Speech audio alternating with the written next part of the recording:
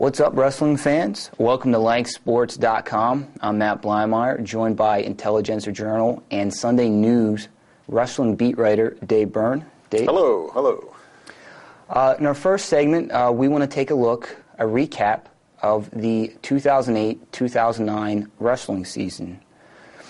Dave, what team and wrestler surprised you, either by exceeding performance or going above and beyond what you had expected them to do this season? Well, the surprise team this year has to be Elko. They only returned 4 varsity letter winners from last year, and only one of those 4 had a winning record. And the Raiders ended up tying Anvil Cleona for the Section 3 title. Anvil Cleona, for them, it was their first title since 1976.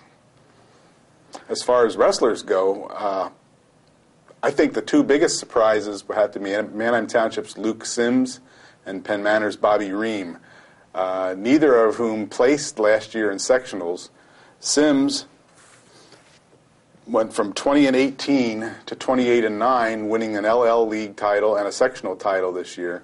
Ream was 18-15 last year as a freshman, and he went 25-10 so far this year. He's won 15 of his last 17 matches, and also won a league title and a sectional title, and was the OW of the LL League tournament. Okay. That being said, who would be your team of the year for the entire LL League?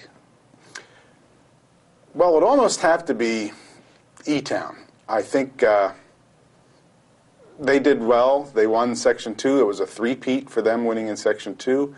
And they placed high in the league tournament. And they also got to the quarterfinals of the District 3 team tournament. Now, I should give special props to Hempfield, because after stumbling out of the gate, they really closed fast. They also made it to the quarterfinals of the District 3 team tournament, and they won the recent sectional tournament with 9 place winners, which is pretty impressive.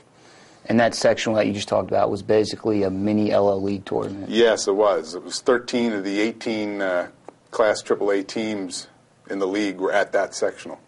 Okay. Who would your coach of the year be? I think the coach of the year has to be Chad Miller at Elko. As I said, he only had 4 starters back, only one of whom had a winning record. I should give special notice to the late Tom Hecker. Just a couple of years ago, Garden Spot only had 5 varsity wrestlers on the team. And this year, in Hecker's 3rd year of coaching the Spartans, they got to the District 3 team tournament. Now, tragically, Coach Hecker passed away in a truck car accident 3 weeks ago, and I imagine the team has kind of dedicated what's left of the season to his memory. And finally, who would your wrestler of the year be in the LL League for 2008-2009? At this point, mind you, districts and states have not been competed yet. Well, I think the season could end now, and it's going to be the same guy it's going to be in 3 weeks, and that's Warwick's Antonio Giorgio. He is just head and shoulders above anybody else in the league, probably head and shoulders above anybody else in the district at this point. A lot of his buddies from Central Dauphin might dispute that, but he's really in a class by himself right now. Okay.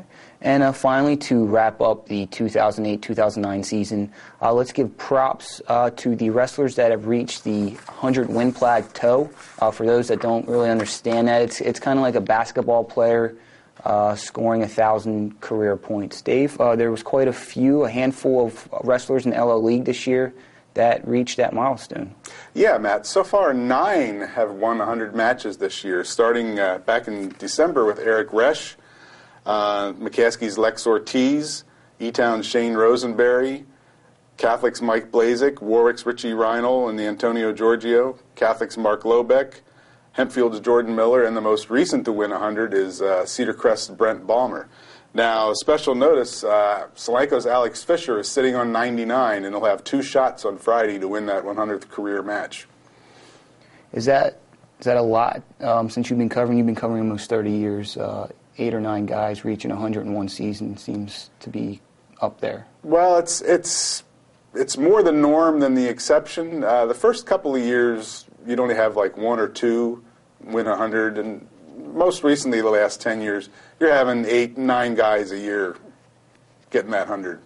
And is that because the dual meets, they're increasing dual meets, or the tournament? Yeah, the guys you look at Giorgio. Giorgio has 41 wins this year. I mean, most wrestlers are, at the end of the season, they're having 35, 40, 45 matches. So it's, if you wrestle 4 years, you're going to get 100 if you're any good. You should notice that Giorgio is only the third wrestler, though, to reach 100 in his junior year.